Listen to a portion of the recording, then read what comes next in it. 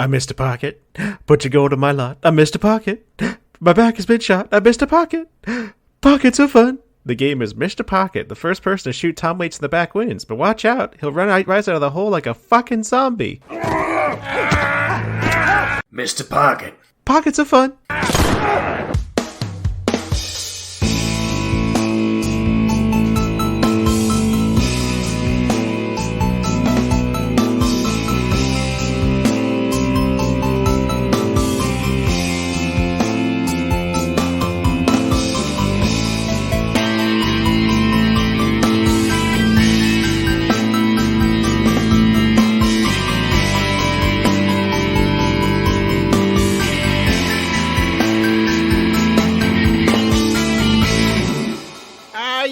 Brandon, for the rootiness, tootiness, shootiness time in the West.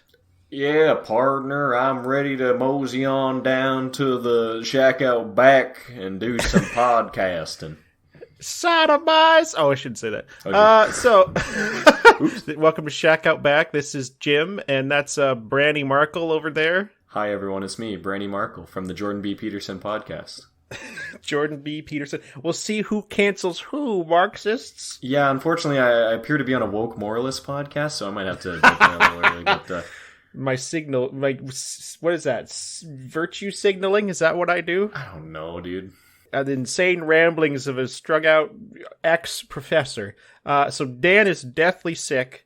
He's sick and he can't make it to Shack Out Back. So we're going to do RRR next week, or in 2 weeks, I should say. So this one's going to come out on the 8th. Yep. We'll be doing RRR on the 22nd. So I had, at very last minute, everyone kiss him, everyone send him love. Brandon Chen on ArtStation, go like all his stuff. Hello, yes, Brandon has stopped in for a stay at the shack this week. I've given him his own bean can, his own seat as Dan grovels in the corner, and he's gonna do a little episode of Shack Out Back with me on the Ballad of Buster Scruggs. That's right. I cooked this bean can over a fire, cowboy style, so I'm ready. Yeah. When the cowboy style, you leave the lid on the can, so when you open it, it explodes in flavor. Just like the Cowboys did. So, old B. Chen, how are you doing? How are you feeling? How are you? How is everything? We haven't talked to you since around Christmas time. Yeah, and I'm on the podcast right now, so I think that answers all three of those questions. I've been doing good. Just doing some freelance work and watching the world go by, as so to speak. Just been chilling out. Just been commissioned this guy. I've commissioned him before. He always does great work. He's a beautiful artist. Please, I could only afford one can of tuna last week. Brandon couldn't even afford the craft dinner with which to put the tuna inside. I can't even afford to pay attention. Hi. Yay! So every episode of Shack Out Back, we're not killing the format because Dan's gone, keeping me off track. We're gonna do a bi-weekist breakdown. I think, Brandon, we haven't seen you in a while, so you go first. What have you been doing on this bi-yearly breakdown? The bi-yearly breakdown. Well, okay. So I think the first thing I wanted to go through was video games, because that's a topic that's near and dear to my heart. So I actually fairly recently, and by that I mean in like the last 2 months or so, I played Wolfenstein 2: The New Colossus for the first time, and that was a grand old time. That was a really fun experience. I really liked that one. Definitely more over the top than the first one in this, but I'm always into that kind of thing. So that was good. When it came out, I remember people not liking the gameplay as much as the first one, so I never attempted to get it. Yeah, it's it kind of suffers from the same problems the first one did, where it is almost a boomer shooter, but you die very fast, and you kind of do have to take cover a little bit, so it kind of feels. Well, I think that's inherent into the boomer shooter aesthetic nowadays. But I feel like in that game, you didn't have a lot of speed. You were also very cumbersome when you were trying to play the game as well. Yeah. At least that's how I felt when I played it back in the day. Yeah, although I think it felt a bit quicker than the first one, though. It's been a long time since I played the first one, so I'm gonna play that again soon, I think, and also the Old Blood, because I never got around to playing that.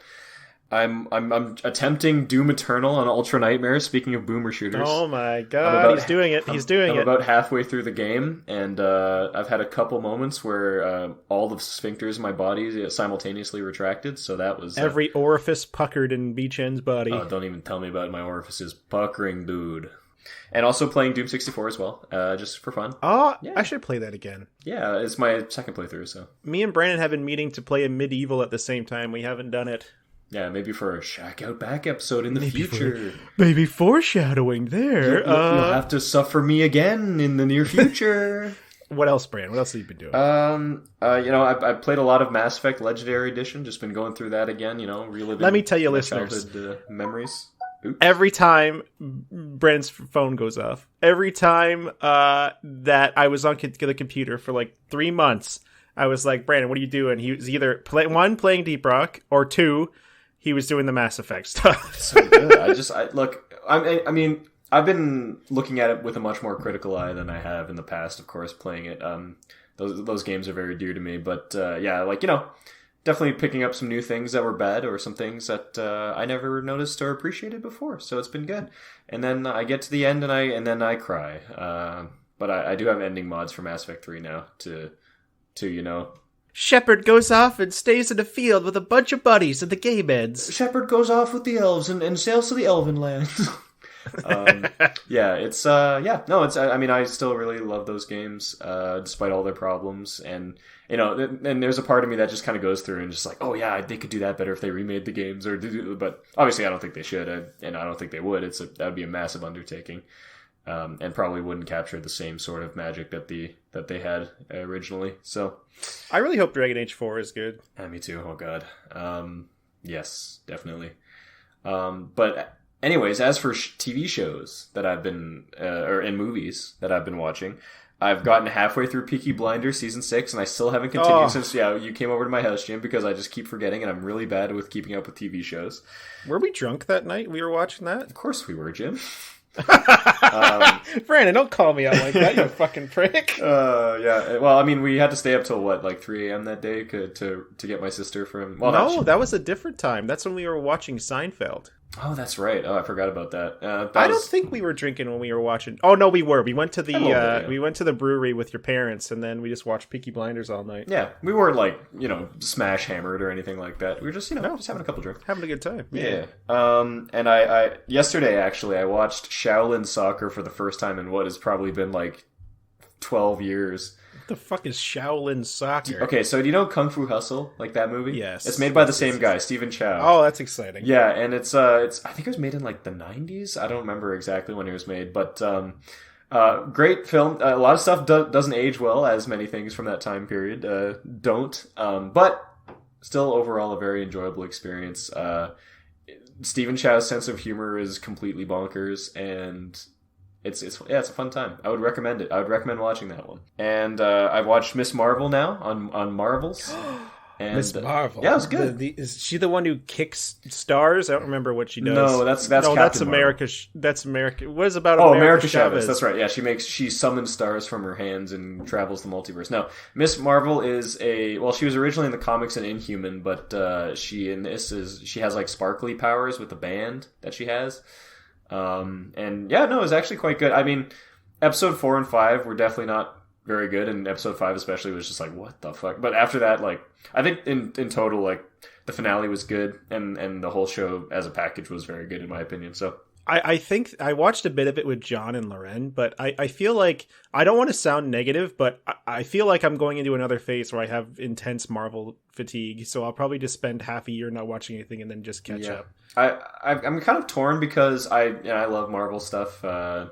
It's just like fun to watch for me, and I grew up with the comics, so it was all good. But I will say, like, looking at the slate coming up, I'm like, oh my god, there's like 30 properties per phase now instead of like 8, and it's just like eesh. But we'll see. I've heard a lot about the VFX industry kind of pushing back against that because there's just so much now and so many deadlines and so much that they have to get out. It's just insane for them, I watched a review of the new Thor movie, and I don't think it was very well received. And I think a big portion of that was like a lot of the studios that were helping make that thing were like basically having their nose turned into dust on their Cintiqs trying to get shit done. So yeah, and honestly, like, watching it too, like there were definitely some effects that were a bit rough around the edges, but nothing too crazy. I think it's weird. I love Taika Waititi, but I was getting the vibe. I heard it wasn't funny. There were some parts I liked, but yeah, there's definitely a lot. It's just like, okay, yeah, that's great.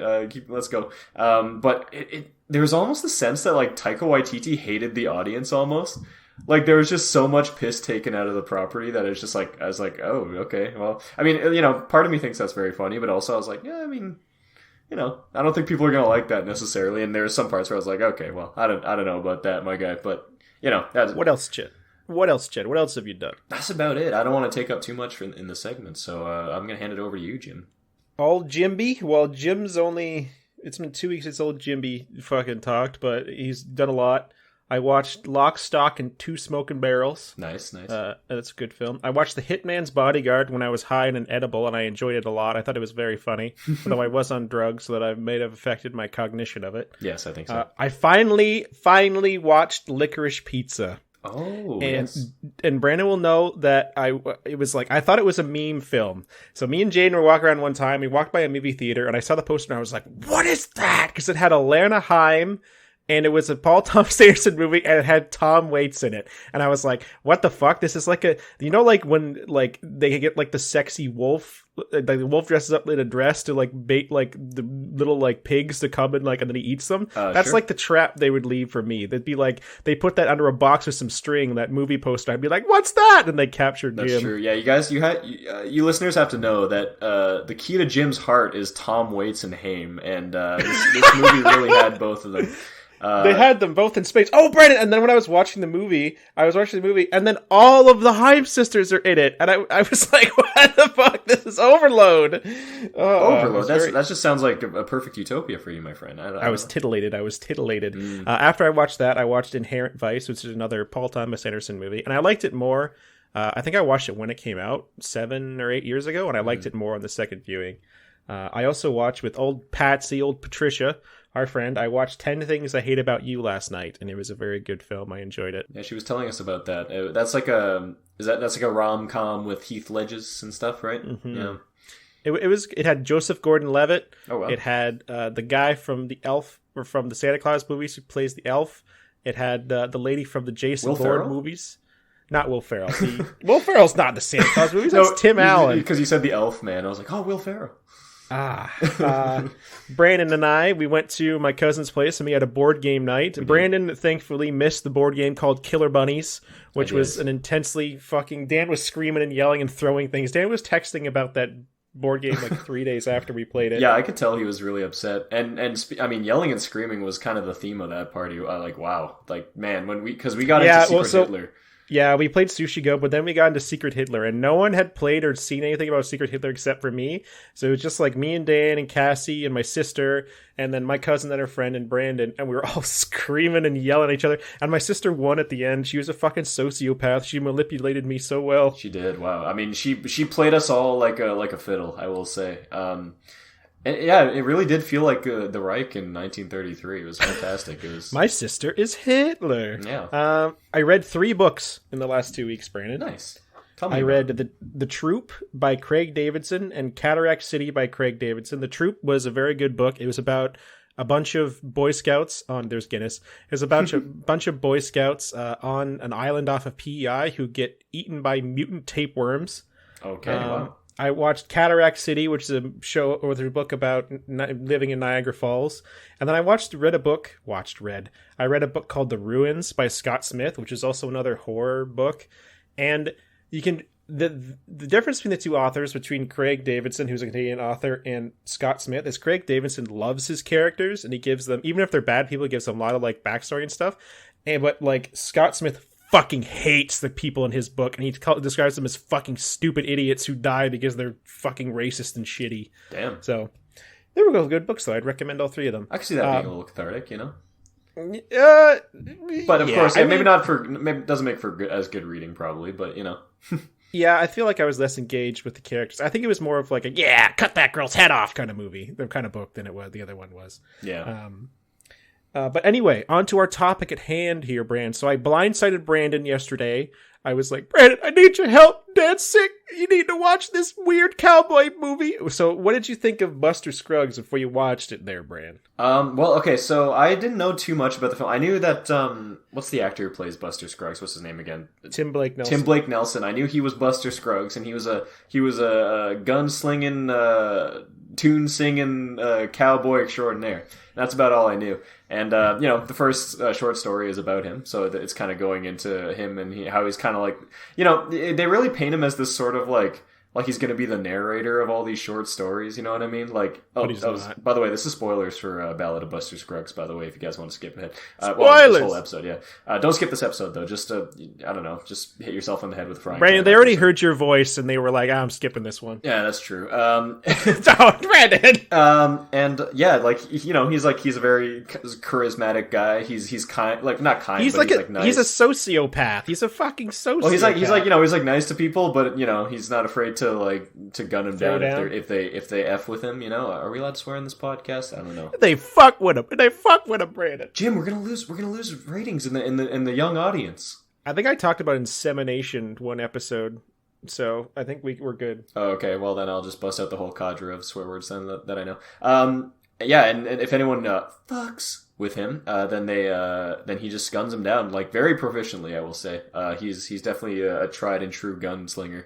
What I like about these stories is that they're very like exaggerated. They're very exaggerated things, and I think Buster Scruggs, the first one, is the most exaggerated sort of tale in the whole cavalcade of short films. Basically, this film's directed by the Coen brothers too, so it has noodles amount of artful craftsmanship in every segment. Yeah, directed by Ethan and Leonard Cohen, and it's Leonard Cohen. And yeah, well, it's funny because I think the most exaggerated were the first and the last one, because they're both kind of dealing with some little supernatural elements, I guess you'd say.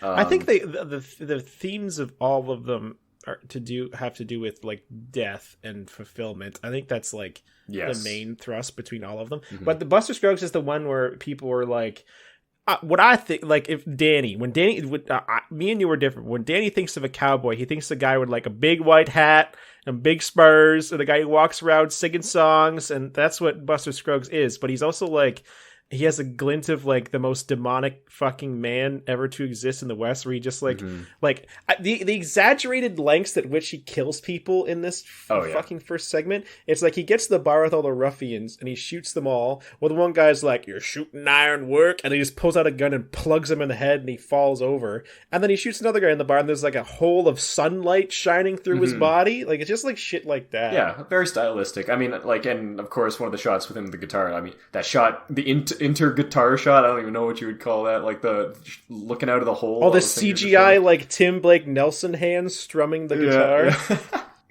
It was good. And poor Clancy Brown was what I was going to say. Man. Yeah, I was going to say, what do you feel about some of these deaths in this first part of the film? Because like a lot of big people in this first part of the book, the first part of the movie. There's Clancy Brown.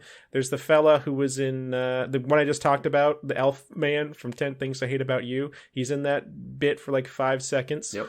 And how do you feel about Clancy Brown shooting himself in the face repeatedly? I mean, I do love me some Clancy Brown, and that was quite the interesting method of dispatching someone. I don't think I've ever quite seen anything like that in a movie. Although I guess I've seen like the one time they hit them and then they shoot themselves in the head, but I've never seen him just like over and over and over again. Which I think kind of. The weird thing is, it kind of like I felt like I was like, oh, the whole movie is going to be kind of like this, but it did. I don't think you talk about the exaggeration. There were elements of that in the middle stories, but I think for the most this part, one's gratuitous. Yeah. Like the deaths are like horrific. Oh, Clancy Brown shoots him in the face, and you see his bloody, like pulpy, like destroyed face in his brother's hands.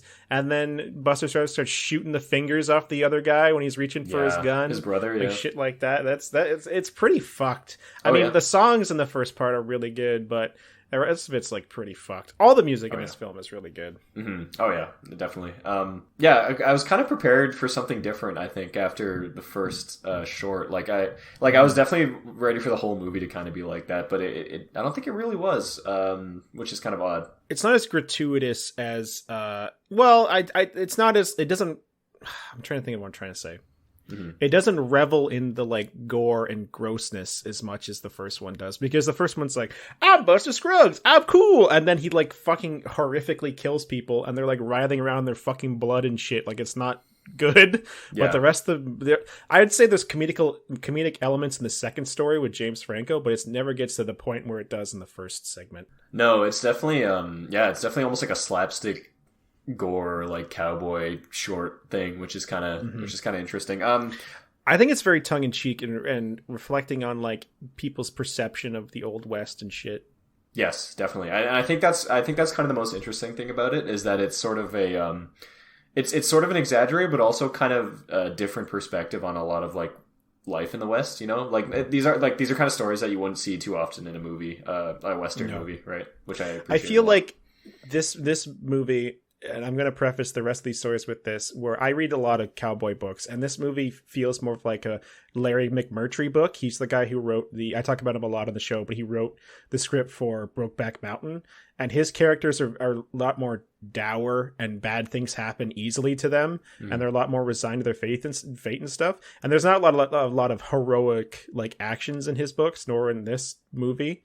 But it's nothing like the regular perception of cowboys, like a Louis L'Amour book like Hondo, where it's like, I'ma kill all the brown people and get all the women. Like that's what people usually think of cowboy stories. So. For sure. I don't think there was much glory to be found in this one. But bitch and music. Listeners will know I started the episode for Archive 81 with a cowboy trades his spurs for wings. I was singing it before we did the thing for Archive 81 because this was trying to think of a song I could sing to be interrupted singing. But I love the music in the first part of this movie. Oh yeah, the songs are really, really great. Yeah, again, something that doesn't really last. There's a couple of songs here and there, but it's mostly just score after that. Great score, but yeah, no fun cowboy song. But what about the next story, Brandon? What about the story with old James Franco? This is Dan's favorite. This is Dan's favorite segment. America's sweetheart, James Franco. America's not canceled sweetheart, James. America's Franco? innocent baby boy, James Franco. I think it's definitely a contender for one of my favorites. It's just like it's very like to the point, but also very matter of fact, very very comedic about how it goes. I think this one is also very funny. Dan will often pause and just yell "pan shot" at me at some points, and it makes me laugh every time. Fucking Bill Dotree from King of the Hill covering himself in pans and beating James Franco over the head with a shotgun. Yeah, that's right. That was good stuff. That's amazing, and I feel like. And some of that gratuitous like gore stuff happened when James Franco gets captured and he's almost hung the first time, where like there's a bunch of cowboys about to hang him and just on a tree, and then they get attacked by natives, and one guy gets shot in the neck with an arrow in the middle of a sentence, and then he pulls the arrow out and he's like, oh, and then he gets shot in the neck again.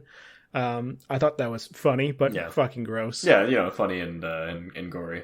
Kind of continuing on that sort of gory slapstick. It was good. I think I think you could have done with one more sort of transferring of him to another person. I think that would that it does feel a little short. Yeah, and I think that's a problem with most of these is they feel a little bit short. Like the first one I thought could have used a little bit more as well. But especially this one I thought could have used just like one more time where he like gets away and then gets caught, and it's just like maybe do something creative with the last one. But it was still good. Like definitely good. And of course the classic meme was birthed from this from the short story. The James Franco saying "first time" on the news. Time. Yeah, which is great. And the guy's like, "What?" Yeah, that one was good. I feel like this movie is over 2 hours long, but I feel like I am a fan of anthology movies. I don't know if you've watched a lot of them, but No. I enjoy them because it's fresh. Like if you don't like something, you go to the next thing, it's fresh and new. Like I like the VHS movies a lot. I think I've talked to you about them before, but you don't like horror movies, so no, I don't. I would never show them to you. Yeah, it just like I feel this movie is also strong because they're all written and directed by the same people, so it's not like they dip in quality between the segments either. You might like one more than the other, but it's not like a steep decline in like how good the story is presented, which I enjoy. Yeah, they're mostly short, but I think they all like flow pretty well, which is weird for an anthology thing. I don't watch too much anthology content. I want to watch. Was that True Detective? I think that new one. Is an anthology, the thing right? that just changes the story every season. Yeah, the Terror does that too. The Terror was a book originally that Dan was reading recently, and it was about a bunch of people trying to find the Northwest Passage. But the second season was about Japanese people in I don't know if it was Canada or if it was in the US, but they were put in an internment camp during World War II, and like they get haunted by a spirit or something. So it's like just like times of great pressure and also supernatural elements going on. That's kind of theme between those stories. For sure, yeah. I'd recommend that show to you, Brandon. It's very good. The Terrorer, is that the Terror, bro? Is it just the Terror or the Terrorer? If it was the Terrorer, that would be a terrible title. That's what I was thinking. It's just called the Terror. All right, I'll take a look. But anyways, yeah, well, we should move on to the next one. I think we should move on. Meal Ticket, the one that's almost completely silent. Yes, except for the guy, the actual performer talking. Man, so Dudley Dursley from the Harry Potter movies. Dudley Doolittle. It was yeah. I mean, it was interesting to see him getting some work again. He's looking good. He's looking good. No arms and legs. He's looking good. Hey man, that's just it's the Wild West. It happens, and it's weird because like I know that he was exploiting him, but I was almost like thinking it felt kind of nice at the beginning. You know what I mean? I was like, oh, like they had a kind of like repartee. Yeah, I was thinking like, oh, they're taking on the world together. You know, like this is like they're kind of they're in the rough, but they're they're doing it together. And then he takes him to the pub and or the tavern or the saloon, and he makes him he has sex with a prostitute with him in the room. I couldn't believe, like, just put him outside, bro. Like, what are you doing, Liam Neeson? It's like, that's okay, I like to have him listen. It's like, okay. That's his meal ticket, Brand. He can't leave him alone in the woods. Someone might come and eat his nose off. Then can't put him on stage. Just put him in the hall or something, for God's sakes. Like, Jesus, or another room. Like, come on, man. Guy had stacks of cash, as we saw later, and this is a segue into him buying the math chicken. I one day hope to be as smart as that math chicken, Brand. That chicken does math much better than me. I remember in my notes. So here's what I wrote for the last, like, for that whole like bit we were just talking about. Brandon took notes. He's a nerd, bro. Seemed nice until it got very weird. Poor kid. And then next is just math chicken.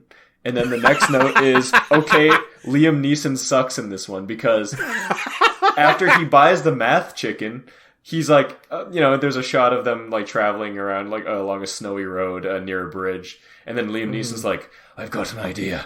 And he gets outside and he dumps a rock. And then he sheepishly like tiptoes back to the wagon as Dudley Dursley stares at him through the back. With a shit-eating grin. And he's just like, how would you like to take a swim, son? And then wouldn't you know it cuts to black. Next shot, it's just the math chicken in the cart. What a fucking asshole! Holy shit! The math chicken's much easier to take care of than some Dudley Dursley with no arms and legs. God damn, dude! Like that's so like I felt a little like after that one. I don't think that's the most dour story in this collection, but that one was like difficult. I think out of all of them, this one is my least favorite. Mm-hmm. Just because I was kind of seeing where it was going to go when I saw the math chicken.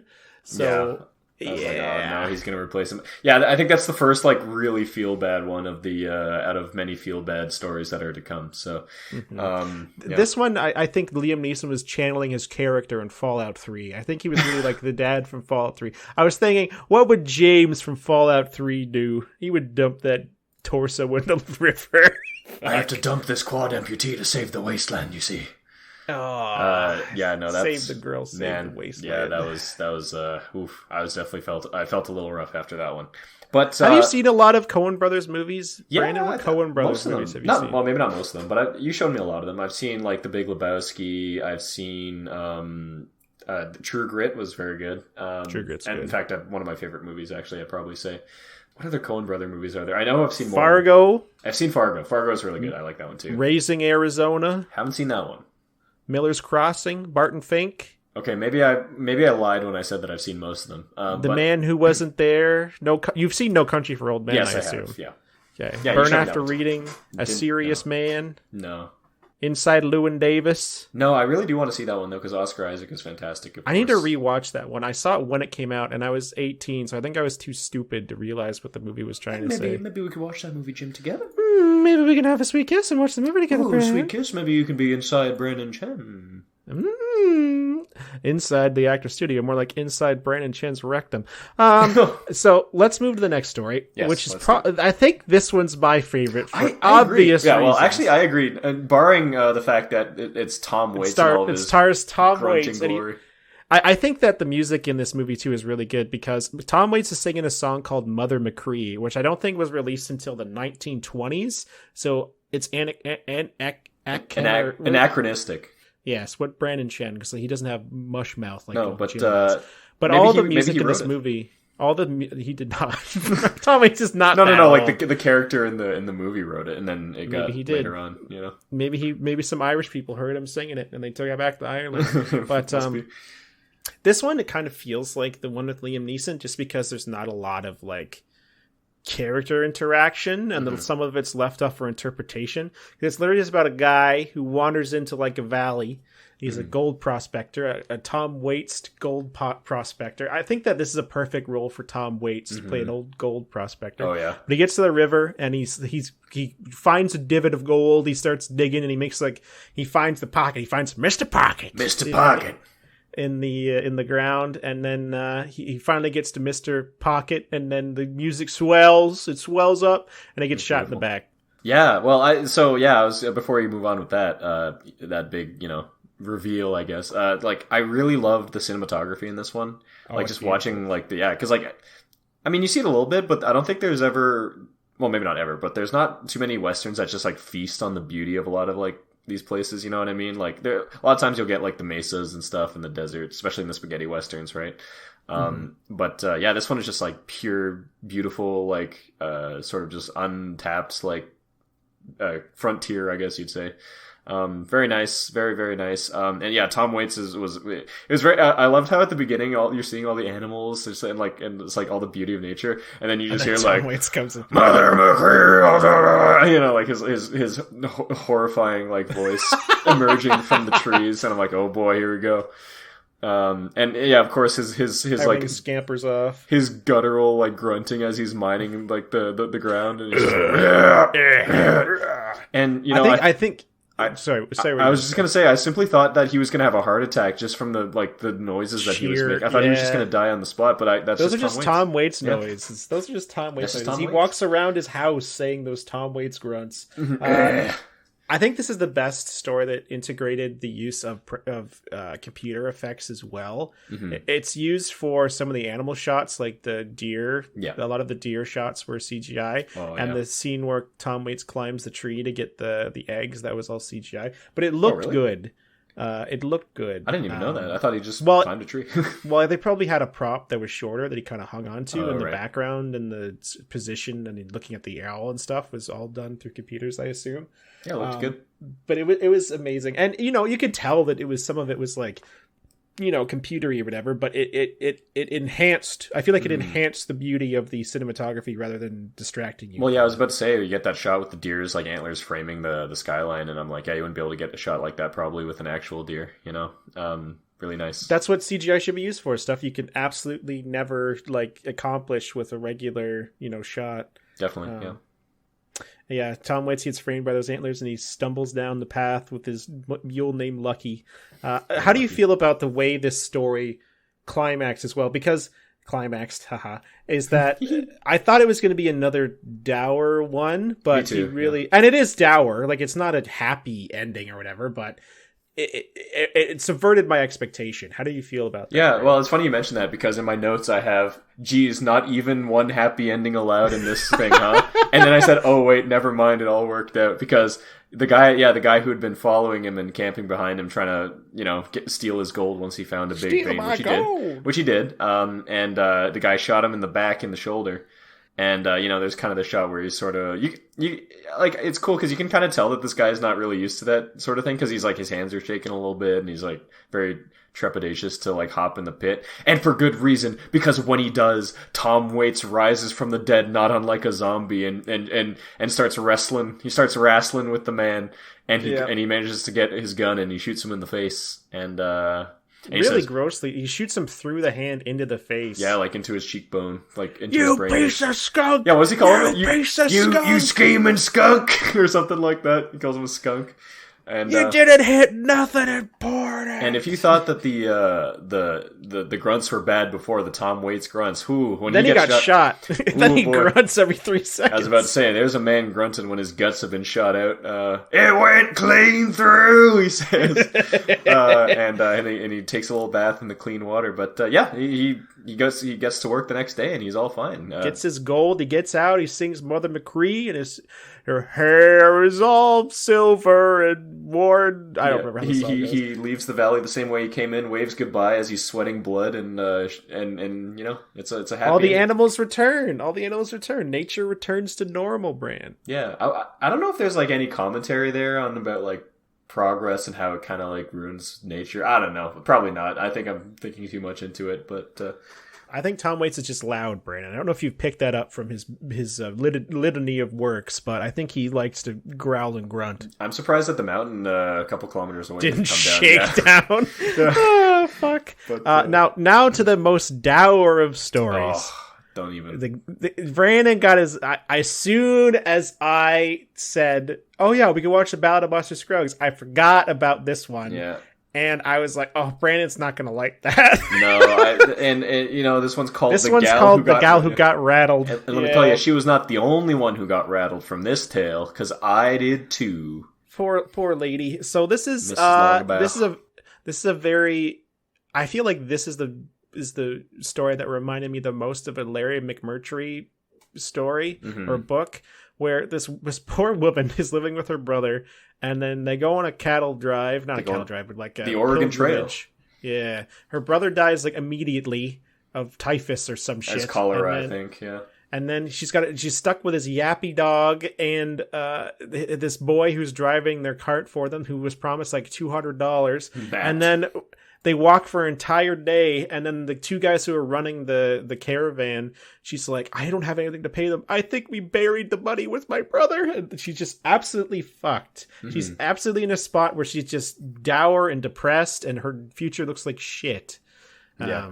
It's not a good tale. But then it picks you up, Bran. So tell me how this story picks you up, how it alleviates some of that stress before the big punch at the end. Well, wouldn't you know it? Miss Longabout is definitely in a tight bind, they might say. And wouldn't you know it if this most handsome specimen, Mr. Billy Knapp, rides alongside and says, "What seems to be the problem, ma'am?" I was actually I was disarmed by how handsome this man was. He is like, his voice is so good. Like he's got that long, beautiful hair, that cowboy rough beard. One of the best performances in the movie too. Oh yeah, he's great. He's confident until he like asks Miss Longabout to be married to him, and he's all like shy, but like he's still like kind, but like trepidatious, but still it's very good. Like it's just. Like, I really, really enjoyed all the stuff going on in this one. Maybe not the brother dying of cholera, very sad. He was a bit of a dingus. Yeah, and she talks about it as much with Mr. Knapp, because she's like, "You're so easy to talk to," and he's like, "Oh, well, I think likewise, man." Oh. Yeah, so in my notes, speaking of Mr. Knapp's handsomeness, I said, Mr. Knapp is very handsome. And then, because it is a love story. Because you have to have truly a love story. You have to make your main protagonist in a love story extremely handsome, on both ends of the spectrum. So tell me how this story ends, Bran. Well, wouldn't you know it if, Mr. President Pierce, who, Knapp was about to put down earlier, and, probably regrets not doing it earlier, because, he kind of rejoins the caravan, and Miss Longabout wasn't really like keen on him at the beginning, but she is now, and she takes him to go see the ground dog holes, or the prairie dog holes, because they're just goofing, and she's laughing, having a good time. And the other of the caravan guards, Mr. Knapp's counterpart, Arthur, I think his name was, or something like that. Yes, Mr. Arthur. Mr. Arthur, and he's like, "What the hell are you doing over here, miss?" And then wouldn't you know it? By natives, yeah. Yeah, some Native Americans crest over the hill, and they are not interested in just chilling. And so, of course, Mr. Arthur's like, here's a gun with 2 bullets. And she's like, oh, I can't shoot. And he's like, it's not for the Indians. And I was like, oh, Jesus Christ. Sorry about that. So Mr. Arthur does an epic battle. He kills all the native guys. He gets wounded, I believe. I'm not. Yeah, so he gets hit on the head by one of them who was hiding behind a horse when it was coming up to him because he thought it was just a horse. And the guy, but then he manages to like trick him, like he was going to go to take his scalp or whatever, and then he shot him. And then he's like, haha, we beat them. And then he goes over and she has shot herself in the head. Yeah, Mr. President Pierce, the dog, is barking at something over the little rise where she was hiding. And of course, I'm like, oh no, come on. And sure enough, there she was with a bullet in her head. And I was very, very, very, very sad because the last line of the storybook, because all these segments are like separated by a storybook page turning. Yeah, it just says Mr. Arthur had no idea what to say to Billy Knapp. I know. I mean, I guess the plus side is they didn't really know each other that well. But I mean, it was kind of like a burgeoning love story. It wasn't really like they'd known each other for 10 years and were mad. But it's very true to the time. I think that people were shit scared and people were dying for no fucking reason and stuff like that. It reminded me of another movie I saw with Tommy Lee Jones and the lady from $1 Million Baby, Hilary Swank, The Homesman. This story reminded me a lot of that film. Never seen it. Both very sad movies. The lady who plays Alice in this story, and the gal who got rattled, also is in The Big Sick. Have you seen The Big Sick? No, I really want to see that though. Yeah, it's a good movie, and she does a great job there too. I think that came out the year before this movie came out, but gotcha. She's a very good actress. She plays Kumail Nanjiani's girlfriend, right? Yes. Yeah. Zoe Kazan is her name. Zoe Kazan, that's a cool name. Yeah. The last story, and the one that is the most, I like this one a lot, but it's the most different of the stories. And our friend Ian would probably not like this one as much because it's just people sitting in a carriage talking to each other.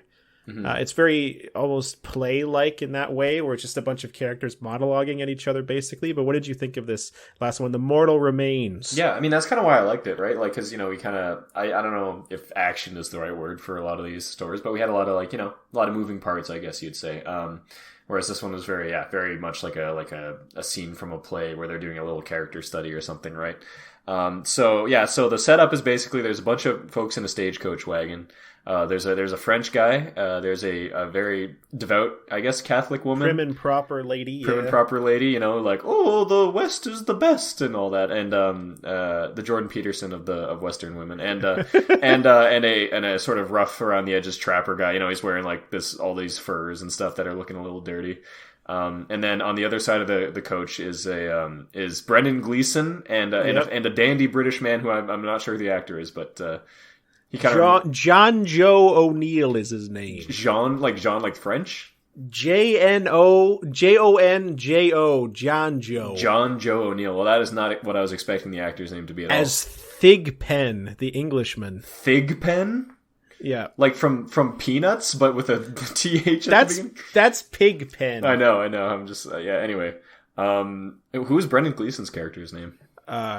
Clarence. That's right, Clarence. Yeah. His name is said in there, but it's basically like these 5 different people talking about life, in essence, because the fur trapper talks about like, I lived with this native lady and we couldn't talk to each other and I just trapped furs and talked to the animals in John Town. And then the prim and proper lady's like, I love my husband and I'm a devout woman and there's 2 types of people in this world, those who are chaste and good and those who are bad. And the Frenchman's like, it's me, I'm French. This guy isn't French in real life, I don't think. I think he's Jewish, actually. His name is Saul Rubinek, I believe, yeah. He talks about how love is a shifting thing and it comes and goes depending on what your perception is, and then you can never know the true heart of someone. Maybe your husband loves you, or maybe he takes the mistresses when he travels and stuff. You know what I mean? It's like, and I really think the first 3 characters don't really have a perception of. I think that the meaning behind the story is that or my meaning behind the story is that the first 3 characters don't really know about life and death and how to live because they only have a very limited perception of what is true. But the other 2 guys, Clarence and Thigpen, they're bounty hunters. They have a corpse on top of the stagecoach, and Thigpen talks about like how he just is there he has this job to experience what it's like for someone to die. Like, he looks them right in the eyes as they're dying, and he tries to figure out like what they must be thinking. It's a very weird sort of whole spin on the Western bounty hunter, which has been used in a ton of movies. Yeah, he's not like rough and ragged. He's he's sort of a dandy, you know. He's got a very thin, very waxed mustache, and he sings songs and stuff like that. You know, like very like, you know, like not like the cowboy songs. I think they say like he's the sparkle. He's the what revs their eye, and then Clarence does the thumping.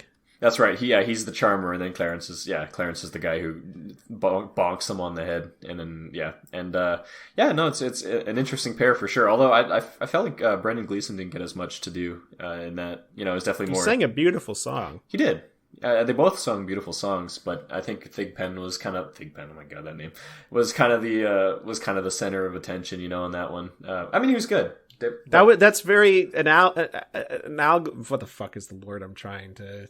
Like analogy, but analogous. Yeah. And I noticed that too. I was like, oh, I get it. Because he's the one who's taking in their eye and saying like what it looks like in their eye, and then Clarence is kind of hanging in the background, just like commenting here and there on stuff. So yeah, well, I kept expecting him to like bonk them on the head as the camera focused like for a long time. As give them the big bonk, because I was like, oh, this is what they do.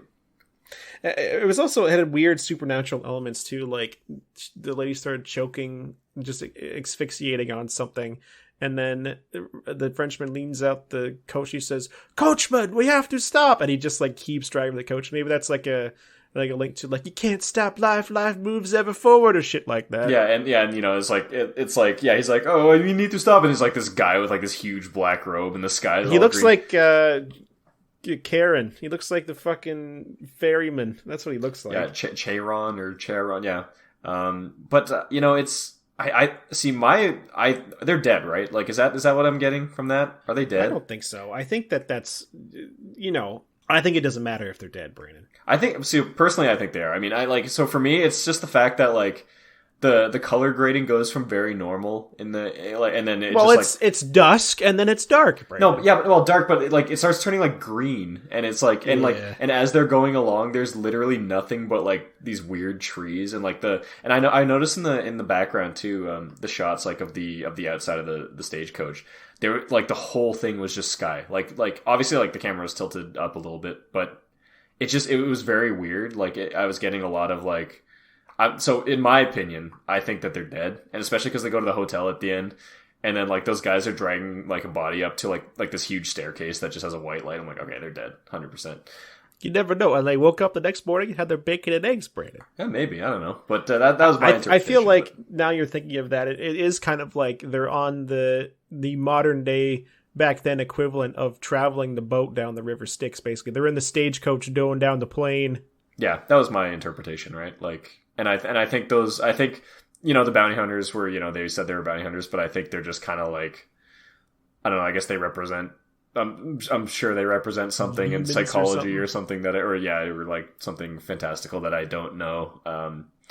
But I think they were kind of like heralding them into their own deaths. Although it was kind of weird that there was like a corpse on the roof, and then like they were just talking, but I don't know. I think it's a good, you know, analogy, but it doesn't, you know, check out in every way, nor should a good analogy be 100% representation of a theme, right? Right. So I feel like it's very apt that you picked up on that, and I do agree that those comparisons are there. Mm-hmm.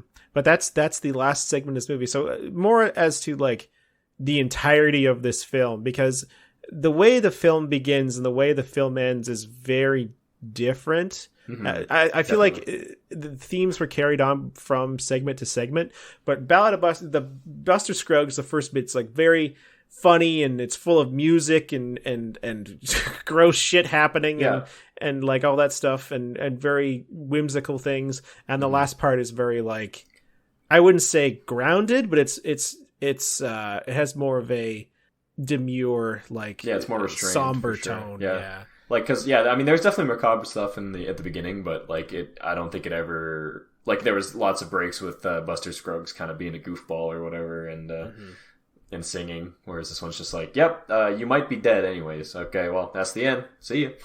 How do you feel about the differences between realism between the stories as well? Because again, the first part is very goofy, and Buster Scruggs was using like a mirror and his left hand to shoot a guy behind him and shit like that.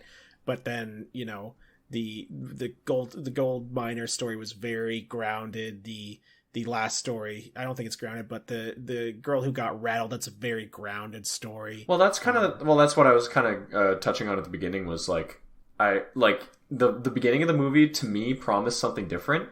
I don't think it was bad. Like I definitely got into it as soon as I was like, oh, okay, we're going back to more kind of grounded reality now. But yeah, it was definitely weird because like I said, I think the first and the last one are kind of the ones that have the most sort of like supernatural or whatever, like, or like, yeah, just stuff that's more divorced from what you would expect from like a traditional kind of realistic Western. You know what I mean? I don't think that. What are some other Westerns you really like, Brandon? Because I could name 100,000, but I know you talked about the Sisters Brothers the last time you were on. But what other? You talked about True Grit earlier. True but Grit, what other Westerns do you like? I think we watched Unforgiven together, and I remember liking that one a lot too. That one's good. Yeah, what other ones to? A Mule for Sister Sarah. I don't know, like. Did we watch that? We did. I remember there's like the scene where one. she's in the bathtub and she's like, "Oh, we can't leave this money not made loved upon," or whatever. Oh yeah, and then Clint Eastwood jumps into the bed or jumps into the tub and doesn't even take his fucking clothes off. They just do it through his friggin' zipper. Yeah, just like Superman in Batman vs Superman, dude. It's an homage. Is that what happens? Have you seen that? Yeah, I have. That's and it gross. was one of the worst fucking theater experiences of my life. Well, and the theater experience was fine, but it was a very bad movie. Yeah, there's like a scene where like Lois. Marvel fan says DC movies are bad. Hey, I like DC stuff too. I used to love the animated Justice League series. I'm just saying the movies are good. bad. And I like Shazam. Have you seen Shazam yet, Brian? No, I haven't. I heard it's good though. You should definitely watch that. Yeah, for sure. Going back to this, you know, I've seen 100,000 fucking westerns. Everyone knows Jim's the cowboy guy. Jim's like the westerns. I like them because, much like apocalypse movies, there's not really an overarching like set of rules over people's lives when they're in the Wild West. So it's interesting to see how people act towards one another when there's not a strict set of rules. And I feel like this movie really fit into that spade well. For sure. Everything was very lawless in each one of these stories. And it really explored those themes of like how people react and what could actually happen in a realistic sense in some ways, and then in a sort of like exaggerated way in some ways. But it titillated me. It was good. Like when they, you know, what was that song that Buster Scruggs sings as his angel flies up to heaven? He's just like, when a cowboy trades his spurs for wings. Yeah, I know all the words to that song, Brandon. Don't get me started. For sure. And I think the cool thing about the Western setting is that like when there are moments of good, you know, and people like helping each other, it sticks out way more. You know what I mean? Like, because it's just like otherwise everyone is just so completely horrible to each other all the time and like fucking murdering each other and like. I feel like it's an algorithm. Fuck, I'm trying to remember what I'm saying. I feel like a cynical person would say that people are only good because there's rules in place that makes them feel better when they do good things. But it's nice to be reassured that just most people are nice. Yeah, and you know, of course, in these Western films, they focus on like the gunslinging outlaw lifestyle and stuff like that. They don't. I mean, obviously, I mean, maybe not obviously, but there's, you know, probably not as much market for like Jedediah, the hair tonic seller, who's just like. Oh, my neighbor, Lise-Ann, gave me a roast the other day. That was real good. And then he dies of like dysentery or something. Yeah, like, you know, like it's not like, you know, people are generally like good to each other, and I think in those small towns you get a sense that they're kind of looking out for each other and all that. Right? I feel like the avenue of an anthology movie too, it gives you some avenue into those stories about people that don't have to be very long, like the story of the torso fella, like that couldn't have been an entire full-length movie. It could have been a short story. Yeah. Like it was in the quote-unquote book of Buster Scruggs that keeps appearing in the film. But it worked in this sense. And the same thing with other anthology movies. Sometimes me and Dan talk about it a lot, that we're valuing shorter experiences more and more that we're getting older, and short weird things that kind of keep our attention and show us something new. And I think this movie provides that in spades. It's because of the TikTok generation. Let me tell you, no, it's those kids. You know, one thing that kind of I didn't enjoy as much was like, I felt like the native people were kind of just like their typical sort of like, oh, look at these savages attacking us and stuff. I think it would have been cool if we actually had a story from one of like their perspective, like one of the tribes' that would have been a good one to include for sure. Have you ever watched the movie Savages with Christian Bale? I have not. That's a good movie that gives you a perspective on the native people. I feel like cool. In a big Western book too, like Mary McMurtry's books, he gives a lot of examples of how the native people are thinking. Buffalo Hump in a lot of his books, the way that guy's thinking. And it's an interesting avenue. I feel like we're spoiled in Canada that we have a lot of native produced media to watch and read and stuff, which might not be available in other countries. But yeah, I think that's not a bad idea. They do a Buster Scruggs too, the Buster Scruggsening. The Ballad of Buster Scruggs, his son Chester Scruggs. Chester Scruggs. That would be a good thing to include. But I think we're going to wrap up here on Shack Out Back, Brandon. Thank you for coming in. Everyone give Brandon a big hand, a big clap that he came in and took over for Dan while he's sick. Next episode, we're going to watch RRR, Danny's pick. But thank you for giving us some leeway to have a little impromptu episode with old B-Chen here. Yeah, thank you. Me and Brandon are going to a cottage tomorrow night. We are. We're going to have fun. We're going to be having a good time. So just think of us having a good ass weekend when you're listening to us here on Monday. But indeed, is there anything you'd want to do? Anything you want to plug, Bran, before we go? I'll just have you put my links in the description. I often forget what the actual like punctuation. Well, I'm going to say that you can follow me at Popeye Barkin. You can follow Dan at Dan Sama. You can follow the podcast at Shack Out Back Pod. Give us a rate on whatever podcast app you're listening to us on. Give us 5 stars, please. And then you can our intro music is by the wonderful, luxurious Lee Jackson, who's a little sick right now. So if you want to give him a follow on Twitter and show him some love, I would appreciate that. All podcast art and animations by CassieHDesign.com, Dollbox02 on Instagram, and old Brandon Chen on ArtStation.com. Or bchen.art, I think, is my at on Instagram. There you go. Brandon needs to make a Twitter, but send him messages on Instagram about making a Twitter. Brandon was trepidatious about Elon Musk buying Twitter, so he didn't make one, but now he has no excuse. What I want to do to bring us out on this episode is tell me what you're thinking of the Alex Jones trial right now, Brandon. Well, I'm glad that didn't he get cut, like the $40 million thing, right? He had to pay that. That sounds good to me. But yeah, honestly, I really don't like the guy. And that being said, I think Jordan's actually asking for another steak over here. He's on he's on that all steak diet. He's saying, Brandon, do your Jordan Peterson impression. Yeah, I've been sitting here, for like half an hour without any steaks, and I'm getting very hungry and very cranky. So old Jordan, it's time to tuck you into bed. Just 1 second, Jordan. I'll get you. You no problem. I'll get it for you. Yeah, sorry, I really gotta go, guys. But thank you for having me. Okay. Yeah. Okay. Good night, sweet Brandon. Give Jordan Peterson a kiss for me. I will. Jordan. Yeah. No. Take it easy. Okay. No. It's okay. Yeah. No. We'll get you what you need. Okay. Yeah. No. Yes, I know. You're being canceled. Yes, I know. It's okay. We'll get you a steak. Good night, darling. Goodbye, Jim. Bye-bye. Good night, Dan. Good night, everybody.